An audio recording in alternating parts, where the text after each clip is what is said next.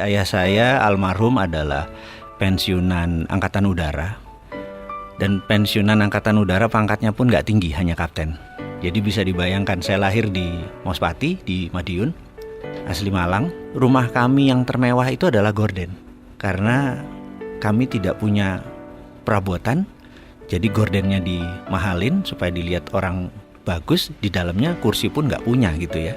Nah, masa-masa lagi disebut susah, sebenarnya kalau dirasakan ya nggak juga gitu ya.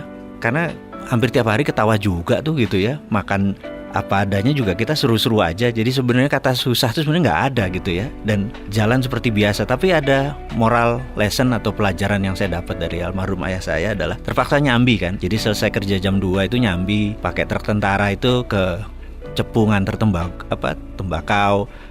Ya memanfaatkan peluang-peluang usaha gitu ya. Nah pada saat itu saya ikut ayah saya masih 4 tahun, 5 tahun di samping. Dan disitulah kesempatan saya belajar pelajaran bisnis Jawa.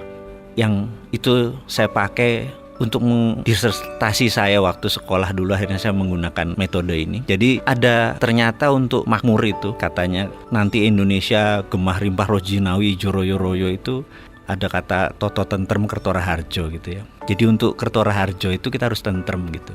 Nah untuk tentrem itu kita harus noto. Nah noto itu kan manajemen gitu ya. Dalam bahasa manajemen adalah getting things done through other people, menyelesaikan masalah melalui orang lain. Ternyata di Jawa itu melalui almarhum ayah saya cerita bahwa di Jawa itu toto itu ada 6 step, yaitu toto, titik, titis, tetek, tutuk, tuntas gitu.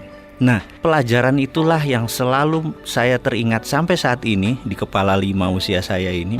Manajemen Jawa yang menurut saya luar biasa itulah akhirnya menjadi platform saya berbisnis. Dan dari dulu memang akhirnya saya pegawai itu hanya batu lompatan saja gitu.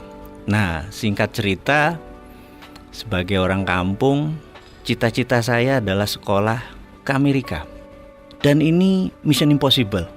Karena saya pindah ikut orang tua saya ke Palembang, 5 tahun tinggal di sana, kemudian Balikpapan hampir 7 tahun. Bisa dibayangin saya kelas 2 SD, saya menggunting rumahnya Donald Trump itu, White House.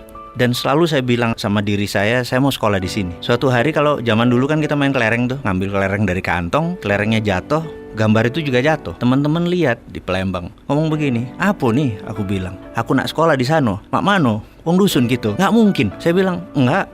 Saya mau sekolah di sana itu gitu. Walaupun kita diketawain di garger-garger. Kelas 5 SD pindah Balikpapan sampai SMA. Sama. Ini lu gila lu katanya gitu dan lain sebagainya.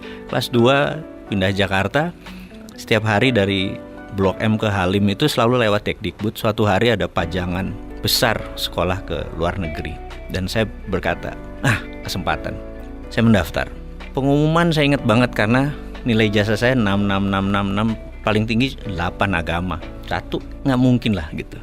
Tapi saya pede dalam hati bahwa saya sekolah ke luar negeri. Pengumuman keluar, nggak ada nama kita. Karena saya emang dari pertama mau ke Amerika. Sementara zamannya Pak Habibie itu, tahun 84, 85, 86 itu kan disekolahkannya ke Belanda atau ke Jerman gitu ya. Saya ngotot. Terus seminggu kemudian dapat surat harus ke Dekdikbud.